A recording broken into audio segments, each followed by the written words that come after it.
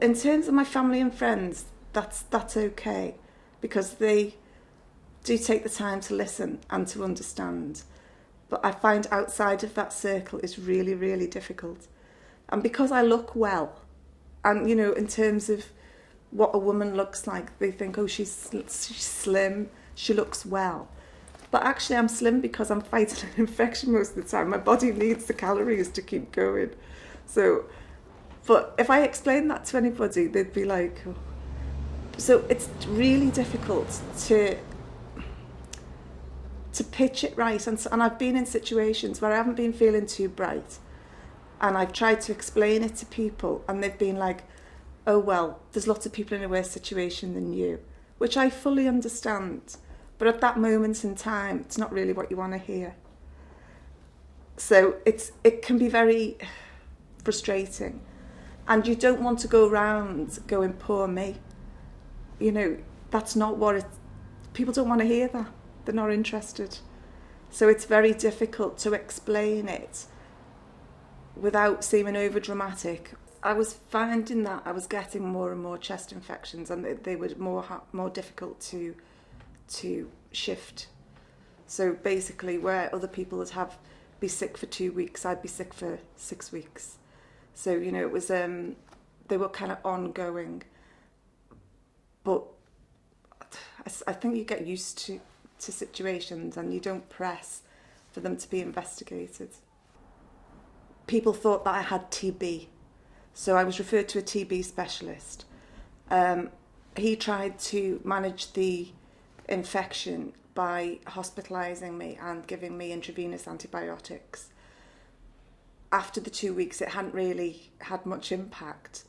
After that, I went back to work, which was horrendous. And then I had a holiday to New Zealand booked.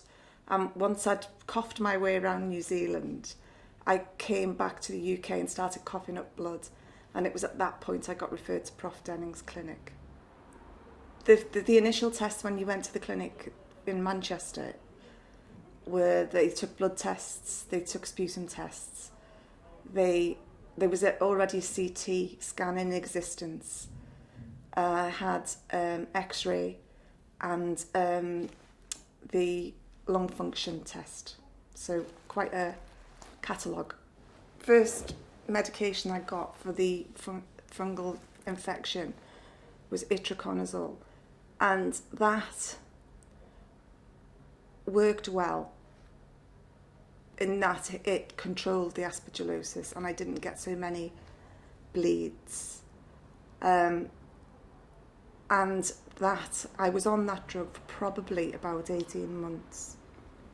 But after that, I started reacting to the drug in that my ankle started swelling up, and generally it wasn't holding the aspergillosis infection, in that I got quite a big bleed, or the biggest one I've had to date actually.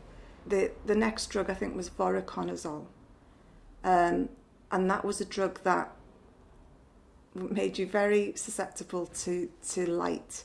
So everybody, you get kind of a red glow because your skin gets very sensitive. And that worked actually really well for me. I felt really quite human. After a while, the first 6 months weren't perfect, but then once it sort of, I got used to it. I felt really well, and I was able to do things more, physical things, because I think what's really been the most difficult thing about this is you just get so tired and you just can't do the things that your friends can do. So cycling, running, the things that you want to do with your friends, it's more difficult for you to do. So with that drug, I felt better, and I felt I worked as well. So I was more on top of things in work.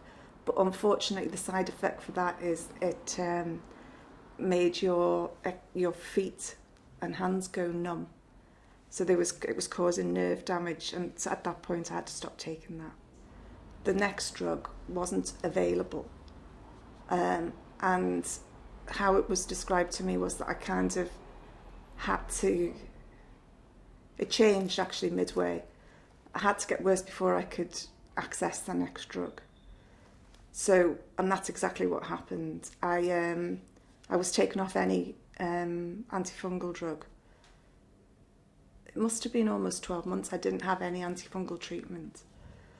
And as consequence to that, I'm assuming, I got really ill. And I got Pseudomonas on top of the aspergillosis, which ended me back in the hospital, trying to kind of get me straight again, really, with antibiotic drugs intravenous. By that time I had the new drug, and this is the last drug, the most recent drug that's now, I think, a trial drug. And so I've been on that, I think, for 12 months now. And I think I think the end of the Pseudomonas, I got really kind of wiped out physically. I lost a load of weight. I just wasn't well. The physical aspect of it is difficult, but I think the mental aspect of it, for me, has been really difficult. You know, letting go of the person that you were. I don't want to get upset. But, you know, working full time, I had a good job. You know, I did quite a lot of things, and then having to kind of, you know, the quote that comes back to me most frequently off lots of people is, you need to understand your limits, and that's very difficult.